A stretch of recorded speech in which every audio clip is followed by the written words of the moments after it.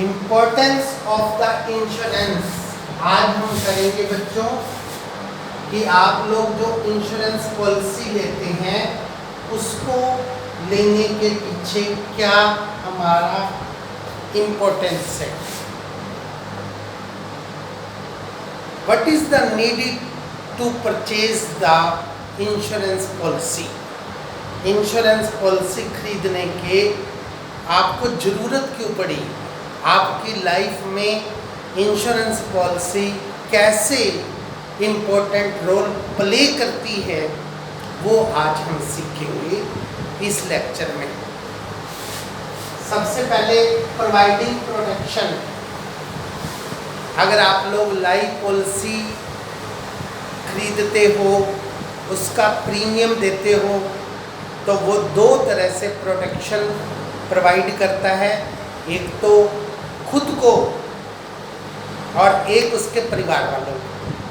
हमने आपसे बात किया था कि मिस्टर एक्स ने लाइफ पॉलिसी खरीदी, अगर मैच्योर डेट से पहले उसकी डेथ हो जाती है तो पूरा पैसा उसके घर वालों को मिलता है, जो उसके परिवार की इकोनॉमिकली हेल्प करता है।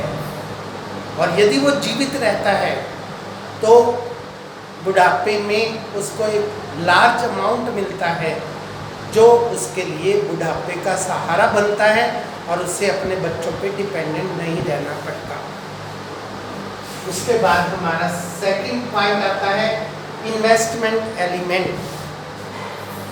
जब भी किसी व्यक्ति की इनकम उसके एक्सपेंडिचर से ज़्यादा होती है तो हर एक व्यक्ति उसमें से कुछ पैसे आने वाले समय के लिए सेव करना चाहता है। तो सेव करने के लिए इंश्योरेंस पॉलिसी आपके लिए सबसे अच्छा है, क्योंकि आप उसमें पैसा एक निश्चित समय तक जमा करवाते हैं, उस पर आपको इंटरेस्ट भी मिलता है, बोनस भी मिलता है, डिविडेंड भी मिलता है और रिस्क क्लेम भी मिलता है। तो आप लोग बैंक में पैसे जमा करवाएंगे तो वहाँ पे खाली आपको इंटरेस्ट मिलेगा। इंश्योरेंस कंपनी में आप पॉलिसी करवाएंगे तो ये सारी चीज़ें आपको मिलेंगी। Distribution of the risk.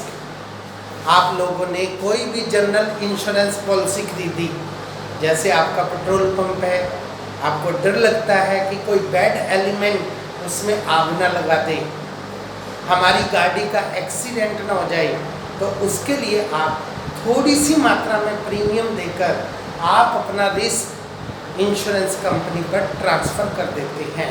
इसको बोलते हैं हम डिस्ट्रीब्यूशन ऑफ द रिस्क। इसके बाद होता है लोन फैसिलिटीज़। लोन की फैसिलिटीज़ आपको लाइफ इंश्योरेंस में मिलती है।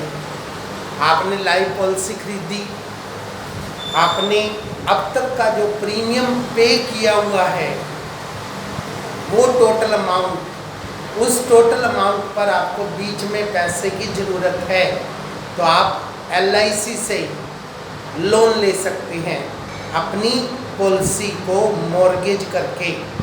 आप बैंक से लोन ले सकते हैं अपनी पॉलिसी को मॉर्गेज करके। अगर आप पॉलिसी को LIC से मॉर्गेज करके लोन लोगे तो वो लोन आपको बीच में नहीं चुकाना पड़ेगा। जब आपकी पॉलिसी मैच्योर होगी उस समय आपके पूरे अमाउंट में से लोन का पैसा डिडक्ट करके बाकी पैसा आपको मिल जाएगा। Increment of the saving. अगर हम पॉलिसी खरीदते हैं तो हमें पता होता है कि हमें हर साल प्रीमियम देना है, तो हम अपनी इनकम में से उस प्रीमियम की राशि को ज़रूर सेव करना चाहते हैं। तो हमारे अंदर एक अच्छी आदत पैदा हो जाती है कि हमने जो टोटल कमाया वो सारा खर्च करने की बजाय उसमें से कुछ पैसा सेव करना सीख लिया। इसी तरह से मोर एम्प्लॉयमेंट। इंश्योरेंस जितनी भी कंपनियां हैं, चाहे वो लाइफ इंश्योरेंस कंपनियां हैं, चाहे आप लोगों की जनरल इंश्योरेंस कंपनियां हैं, इसमें कितने लोगों को रोजगार मिला हुआ है, कितने लोग इसमें ऑफिसेस के अंदर काम पर लगे हुए हैं और दुनिया भर के लोग इन पॉलिसीज़ को लाने में एजेंट का काम करते हैं, और जितने भी वो केस लेकर जाते हैं उन्हें उस पर कमीशन मिलता है।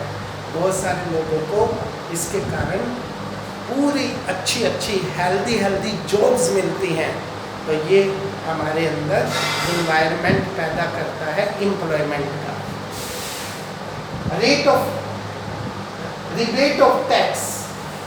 अब एक एम्प्लॉयड पर्सन है, सैलरीड पर्सन है, उस व्यक्ति ने अपने इनकम पर टैक्स को बचाना है और उसने इंश्योरेंस पॉलिसी खरीद रखी है, लाइफ इंश्योरेंस पॉलिसी।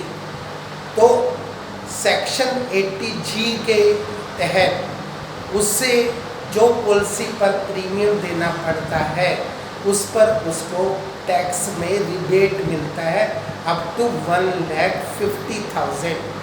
1,50,000 रुपये तक की आपकी सेविंग इन पॉलिसीज़ में है तो उस पर आपका टैक्स नहीं लगेगा। ये आपको टैक्स में फ़ायदा होता है। These are the main uses of taking policies. That's